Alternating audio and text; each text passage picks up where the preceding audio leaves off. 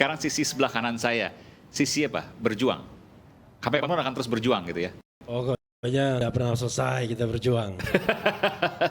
Silakan Bung Refli.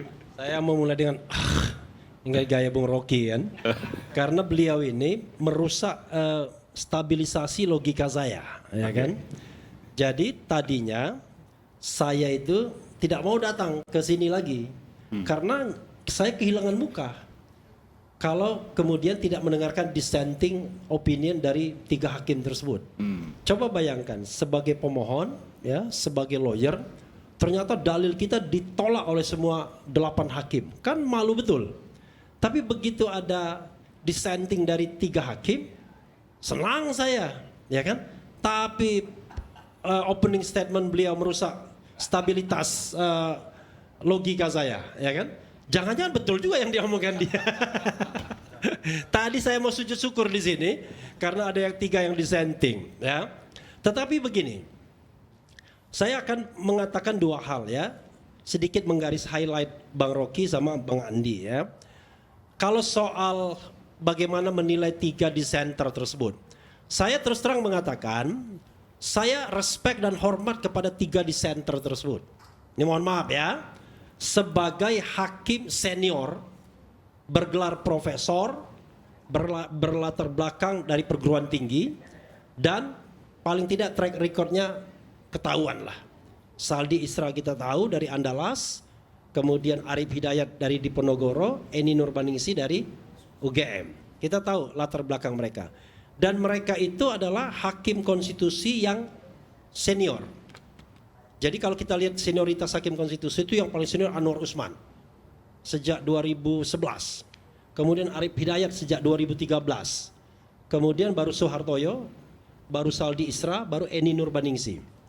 Yang 2 hakim kemarin sore, ya, yang mungkin nggak paham juga bagaimana berlogika tata negara di Mahkamah Konstitusi. Arsul Sani baru dilantik Januari 2024. Kemudian Ridwan Mansur baru dilantik Desember 2023. Jadi bisa dibayangkan, saya merasa angkat kepala, ya. Tadinya tertunduk lesu begitu ada dissenting itu. Tapi begitu beliau ngomong, jangan-jangan didesain. Betul juga jangan-jangan, ya kan? Tetapi toh kalau kita mau melihat orang, kita harus lihat latar belakangnya. Saya terus terang saja sangat mengenal Saldi Isra, ya. Dan saya kira saya pernah mengatakan kalau seandainya dari 8 hakim konstitusi itu ada yang dissenting, 1 orang, saya percaya itu Saldi Isra. Oke. Dan itu sudah terlihat misalnya presidensial threshold. Saldi Isra adalah 1 dari 2 hakim yang menolak mempertahankan presidensial threshold. Kita puji. Unfortunately, kita puji juga Soehartoyo karena orang keduanya Soehartoyo. Jadi awalnya kita berpikir bahwa saya udah mendengar tuh yang namanya 35 itu. Siapa bilang nggak bocor putusan? Walaupun saya sendiri tidak bisa menduga, tapi saya menduganya adalah kalau 35 berarti Arif Hidayat atau Saldi Isra, Arif Hidayat dan Soehartoyo. Begitu. Tapi saya lihat kalau seandainya ada intervensi lagi-lagi logika ini ya, logik. Kira-kira dari semua hakim yang bakal mengabulkan tersebut, kira-kira siapa yang paling mudah diintervensi? Saya mengatakan Saldi mungkin tidak. Kasusnya nggak ada. Ya kan? Arif Hidayat tidak juga. Kasusnya mungkin nggak ada. Ini nggak ada kasusnya. Walaupun barangkali dia sama Pratikno, saya frankly speaking lah. Iya kan? Sama Pratikno barangkali tunduk. Karena istana kan yang memilih dia. Udahlah, kalau kita tidak ada peran istana, peran DPR, itu nggak mungkin Kan terpilih. Bang Saldi juga istana yang milih. Ya, tetapi dia ketika masih mesra dengan pemerintahan, kan 2014 kita semua dukung Jokowi karena kita berharap New Hope kan, harapan baru. Tapi cukup 2 tahun, 3 tahun untuk mengetahui bahwa ini orang tidak bisa diharapkan. Nah karena itulah pada waktu itu kan Anies saja kan juga juru bicaranya Jokowi. Nah pada waktu itu beda, masih bulan madu. Jadi Saldi Isra dipilih pada tahun 2017, pada bulan April, 11 April tepatnya ketika masih bulan madu. Tapi setelah itu banyak berbeda jalan, dengan terutama hal-hal yang tidak demokratis. Dan Karena itu Anda cukup dekat juga dengan Bung Saldi. Ya, bukan lagi sangat dekat, bukan lagi dekat, sangat dekat. Tetapi yang saya jaga adalah selama dia menjadi hakim konstitusi, apalagi selama sidang, WA pun saya tidak pernah. Mengucapkan selamat lebaran pun tidak pernah saya lakukan. Karena saya mau menjaga etika. Kemarin ini sama sekali tidak Sama pernah. sekali. Jangankan minta bocoran. Tapi begini, Mengucapkan saja Bang Rafli, tidak pernah. tapi begini, Iya.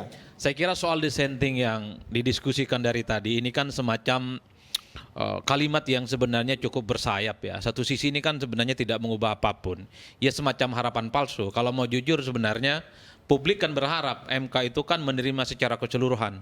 8 hakim Iya, itu oke, menerima. nanti saya Nah, sampaikan. yang itu yang saya sebut palsu. Ini yang kemudian saya sebut angin surga yang tidak mampu mengubah apapun. Dissenting itu? Iya, tidak mengubah apapun dan hanya angin surga bagi kelompok-kelompok yang selama ini merasa kalah dan dizolimi dalam pemilu, terutama kubu 1 dan 3. Tapi kabar baiknya adalah dissenting ini kan menebalkan satu keyakinan bahwa hasil pemilu di 2024 ini tidak baik-baik saja. Bansos itu adalah faktual menurut 3 hakim berpengaruh untuk mengubah perilaku orang. Oke, saya Kan saya Soal setuju. aparatus kekuasaan yang dikendalikan itu secara faktual diakui oleh 3 hakim itu terbukti dalam pemilu di 2024. Dan disebutkan. Oke, Yang saya khawatirkan justru Iya. pemilu kita ini kan soal menang-menangan. Jadi dengan cara apapun sekalipun curang yang penting menang. Oke. Karena pembuktiannya itu sulit untuk dilakukan di Mahkamah Konstitusi. Oke. Dan Begini. jangan sampai itu terulang. Saya kan belum selesai nih. Ya, ngomong. silakan. Saya ini dipotong Jangan untuk terlampau sesuatu. merasa terhibur juga Bang dengan dissenting ini. Saya dipotong untuk sesuatu yang tidak berbeda. Beliau ini kan nggak berbeda dengan saya. Dia memperkuat Awalnya saya. berbeda aja, awalnya beda. Nggak tadi. ada ya. Angin surga Nggak. tadi. Oke. disebutkan. Nah, karena itu saya melihat barangkali lah ya. Mungkin ada 1-2 orang yang diskenariokan. Tapi barangkali 1 atau 2 orang kita percaya kredibilitasnya. Tetapi yang saya bisa pastikan juga rasanya secara analitik ya, secara logis adalah memang istana akan menjaga jangan sampai 4-4 itu terjadi. Karena itu kalau kita bicara tentang man to man marking ya kan, yang person to person marking, maka yang di marking Soehartoyo. Karena dia punya suara 2, in case 4-4 terjadi, maka menang, dikabulkan gugatan kita. Kalau kita lihat historinya, Soehartoyo itu hakim yang menolak Gibran, menolak putusan 90, bahkan dia tidak menerima yang namanya legal standingnya. Jadi analisis kita akan mengatakan dari 8 hakim itu 3 hakim menolak Gibran, menolak 90, 3 hakim pro 90, 2 hakim baru. 2 hakim baru ini Ridwan Mansur sama siapa? Ridwan Mansur. Siapa? Arsul Sani. Arsul Sani, Nah, ya. kita menganalisis siapa yang kira-kira berani nyebrang. Ya kan? Apakah Arsul Sani? Tapi kalau saya lihat track record politisi, politisi ini tahu sendiri kan? Lihat Ridwan Mansur, jangan-jangan kasusnya banyak sebelum menjadi hakim konstitusi. Saya tidak menyangka kalau yang nyebrang itu adalah Eni Nurbaningsi. Karena saya bilang dia ini orang yang dibawa bayang-bayang Pratikno dan Istana. Tapi di hari Kartini 21 April tersebut berani dia mengatakan mengabulkan, bahkan membuat sebuah dissenting yang sangat tegas dan jelas. Ya, tepuk tangan buat kaum perempuan, satu-satunya perempuan. Nah, oke. Jadi saya terima Bung Rocky 50%. Karena saya meyakini 1-2 mungkin dengan moral standing yang jelas ya. Saya kasih catatan kecil ya. Ya. Dan supaya juga nama Saldi itu. Saya terangkan begini nih. Saldi ada integritas itu. Oke. Pelan-pelan ya saya pastikan tuh. Saya tidak ragukan itu. Tetapi Saldi tanpa dia sadar dia dimanfaatkan oleh Jokowi untuk pencitraan bahwa Mahkamah Konstitusi itu demokratis. Saya sepakat. Yes, itu poinnya. Kenapa? Ini logika lagi Iya. tanpa fakta dan data. Iya, tapi logikanya benar. Termasuk misalnya presidensial threshold. Saya selalu mengatakan bahwa remote istana, remote kekuasaan adalah sepanjang Anda tetap menang, maka yang di center biarkan ya aja. itu soalnya. Nggak perlu menang 9-0 atau 8-1, betul. 8-0, tetapi cukup itu. Tapi oke lah. Kadang-kadang Bang Rocky, kita juga kadang-kadang dimanfaatkan juga. Tahu itu karena itu. Kita ini ngomong idealistik banget, tiba-tiba di belakang, ayo rap terus ngomong ya kan, begitu. Oke. Nah yang kedua buat Bang Andi, saya bosan mendengarkan Bang Andi every vote has been counted itu. Ini sudah doktrin di Mahkamah Konstitusi yang sudah dinyatakan kembali dalam putusannya kemarin. Mereka mengatakan bahwa Mahkamah Konstitusi itu tidak hanya aspek kuantitatif tapi juga aspek kualitatif. Masa putusan yang sudah dibacakan mau dibantah lagi? dengan sebuah teori, ya kan? Kan keputusan yang Anda bantah ini juga keputusan yang sudah dibaca Bukan. tadi. Kan kita menganalisis. Bukan. Maksud begitu? saya adalah ketika kita bicara mengenai tugas Mahkamah Konstitusi, sudah selesai. MK mengatakan tidak hanya yang bersifat kuantitatif, tapi juga kualitatif. Boleh. Mau melakukan analisis kualitatif, tapi dia harus punya dampak kuantitatif. Lah, Begitu, mungkin itu Bang beda ini dong. Anda ini gimana? Harus saya luruskan, Bang. Iya, Bang ini- Andi. Ya, karena kalau dia tidak punya dampak kuantitatif, sama saja. Ketika dia mengatakan bahwa di sini ada perlu di pemilu ulang, di sini ada atau pemungutan suara ulang. Gini. Kan Bang Andi, harus jadi ada gini. dampak Bentar, saya kuantitatifnya jelaskan. dong. Kata Saldi Isra begini, kalau Anda ya menggunakan logika 5 hakim konstitusi seumur hidup tidak pernah akan dikabulkan permohonan pilpres itu. Kenapa? Kita suruh membuktikan dari Sabang sampai Merauke kasusnya, ada ribuan bahkan jutaan kasus, satu hari saja dengan 19 saksi dan ahli. Nah, itu kan kata Pak satu hakim konstitusi. Loh, kok kata hakim Loh, satu? kan Sebentar dulu. Anda dari tadi tidak setuju dengan 5 hakim konstitusi, setuju dengan 3. Sebentar.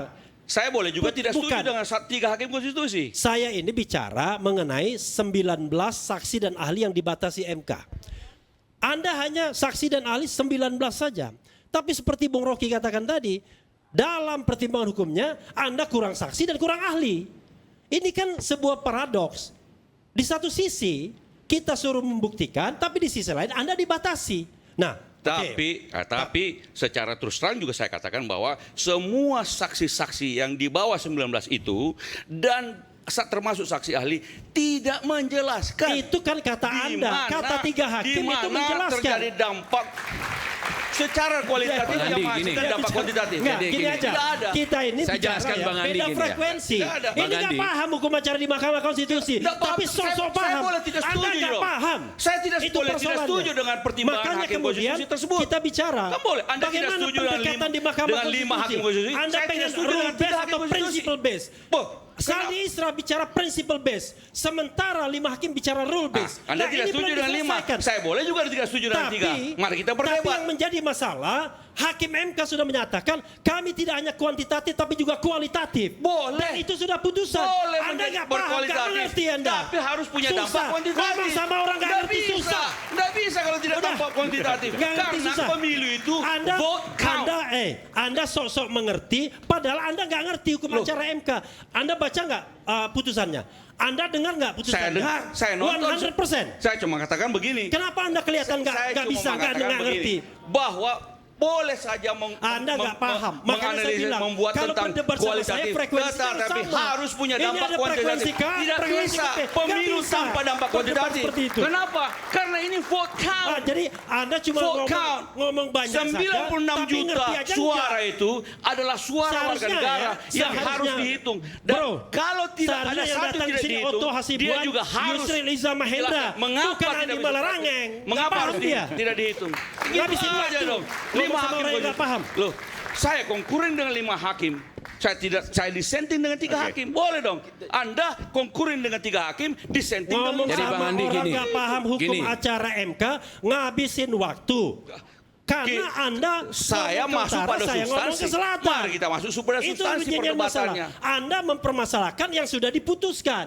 Maksudnya adalah Anda juga mempersoalkan yang sudah diputuskan juga kan? Saya Dari 5 mengatakan hakim itu. begini, Anda masih mempermasalahkan apakah MK itu kualitatif atau kuantitatif? Saya mengatakan Sudah boleh selesai. kualitatif. MK mengatakan bisa kualitatif, bisa Boleh kualitatif, tapi harus Kenapa punya yang lagi dampak dipermasalahkan? kuantitatif. Yang Boleh perlu- juga dong. yang Saya perlu mengatakan itu begitu. adalah ketika kuantitatif apa analisisnya? Ketika kualitatif apa analisisnya? Kan harusnya begitu. Silakan Anda membuat analisis kualitatif. Jangan bahwa ada membatalkan apa yang sudah Tapi diputuskan. dia harus punya dampak kuantitatif. Berapa terjadi Bung Sira, kecurangan itu silakan. dan di mana? Bung Sira. Jadi Bang Adi gini. tadi ada ini ada dua mazhab ya. Jadi MK bisa kualitatif, bisa kuantitatif. Tidak harus kuantitatif, tapi menurut Bang Andi harus kuantitatif. Apapun Harus punya ujung- dampak kuantitatif. Itu Oke. kan kata Anda. Jadi MK gini, sudah Bang putus, Andi, sudah itu dong. selesai itu. Boleh dong saya juga Sejak berpendapat begitu. 2004 Dalam sudah pemilu selesai begitu itu. Jadi gantian dulu lah. Silakan Bung Sira. Sejak 2004 memang hakim-hakim itu memiliki paradigma baru di dalam melihat proses pemilu yang ada. Jadi kalau kita melihat putusan-putusan Mahkamah Konstitusi, kita tidak lagi terjebak pada hukum prosedural. Makanya proses dari tahapan pendaftaran pemilih sampai dengan penghitungan suara itu yang disebut tahapan pemilu yang dianggap sebagai sebuah proses yang harus di-assessment. Tidak saja berdasarkan undang-undang pemilu, tetapi juga yang lebih jauh dari itu yaitu konstitusi. Makanya kenapa hari ini, kemarin kita menemukan ada dissenting. Ini menariknya. Kenapa ada dissenting? Karena kalau dilihat dari konstruksi fakta yang sudah ini, sebenarnya nggak gampang sekali. Kalau sudah ditemukan fakta hukum, nah ini Rafli mungkin bisa diingatkan. Hakim mengatakan bahwa telah ditemukan fakta hukum. Sebagai hakim yang tugasnya the guardian of constitution, dia tidak perlu lagi mencari alat bukti sebenarnya. Cukup logikanya kata Bang Rocky itu bahwa pasal 22E ayat 1 itu sudah dilanggar. Nah sehingga kalau dilihat dalam hukum prosedural tadi, ya tadi alat bukti, saksi, ahli dan sebagainya sudah tidak dianggap oleh majelis hakim itu. Itu yang pertama. Kedua, tidak diharuskan bahwa kualitatif itu harus memiliki dampak secara signifikan perolehan suaranya harus melampaui. Tidak. Makanya di situ dikasih jalan oleh... Nah, itu saya tidak setuju. Sebentar. Jangan nggak setuju. Saya tidak setuju kalau begitu. Anda tidak keberatan, Anda setuju dengan apa yang dikatakan Bang Andi, tiga hakim dissenting. ini saya bicara... tapi kan saya ini setuju susah. dengan apa yang Saya bicara tentang aturan yang ada di peraturan MK gitu loh. boleh melakukan analisis. Makanya jangan dipotong dulu. Sebentar. Jadi tidak ada sesuatu yang diwajibkan bahwa ketika kita mempersoalkan hukum yang substantif, tidak prosedural, undang-undang pemilu semata, itu tidak harus diwajibkan untuk melampaui. Bung Sirat, bentar saya tanya. 3 dissenting opinion itu menggunakan kualitatif atau kuantitatif? Semua menggunakan kualitatif. Tanpa kuantitatif? Tidak ada kuantitatif. Oke. Semua 3 permohonan dissenting itu itu. kualitatif. Karena kesaksian yang muncul tidak ada kuantitatifnya. Jadi Pak Andi. Tapi kan yang jelas bahwa 5 hakim menganggap bahwa tidak cukup bukti. Tidak ada bukti bahwa terjadi kecurangan struktur masif dan apa tadi itu lagi? Kalau soal itu ya Sistematis. sudah. Kita sudah Bahwa ada melampaui. 3 mengatakan bahwa Saya mau berangkat dari cara berpikir logikanya Bang Rocky ini. Saya mau berangkat dari cara berpikir logikanya Bang Rocky. Dalam konteks PHPU kemarin, Pilpres, saya menggunakan logika Bang Rocky. Kalau fakta ditemukan, apakah saya perlu membuktikan? Karena tugas daripada hakim MK adalah the guardian of constitution. Mana Dia harus faktanya? menjaga. Mana faktanya? Saya tidak lihat itu. Loh ini kan Saya ulangi ya. makanya kemarin mengikuti nggak sidang Saya putusan itu? mengikuti. Saya tidak melihat fakta-fakta Ditemukan itu. Ya, ada fakta. teori ekonometrik. No. Jadi kalau teori ekonomi, teori matrikulasi dan sebagainya itu bukan proses putusan, Bukan itu fakta itu. pembuktian. Bukan, hakimnya mengatakan demikian. Bahwa ditemukan fakta tetapi tidak dapat meyakinkan mahkamah sehingga tidak beralasan hukum. Itu bukti. Artinya bahwa tidak ada cukup bukti. Kalau untuk orang mau membatalkan hasil pemilu suara rakyat, harus ada bukti keras. Kalau tidak ada bukti keras, bagaimana 96 juta suara rakyat itu mau Ini dihapus bukan begitu ini, saja? Jadi gini, kita tidak bicara lagi konteks apa yang ini. Nah, sekarang misalnya terjadi kecurangan di satu provinsi, jumlah mata pilih di suatu provinsi itu seperti di Bangka Belitung cuma 1 juta lebih. Anggaplah terjadi kecurangan besar di Kalau Bangka gitu, Belitung. Apakah itu bisa membuat seluruh hasil pemilu salah? Bung Tidak Andi sah. tidak mengikuti, bisa karena tidak melampaui perbedaan suara antara kandidat yang bersaing. Makanya Tidak saya bisa. bilang, Baik, paham kita hukum akan acara. lanjutkan sepas jeda. Saat lagi kita akan kembali.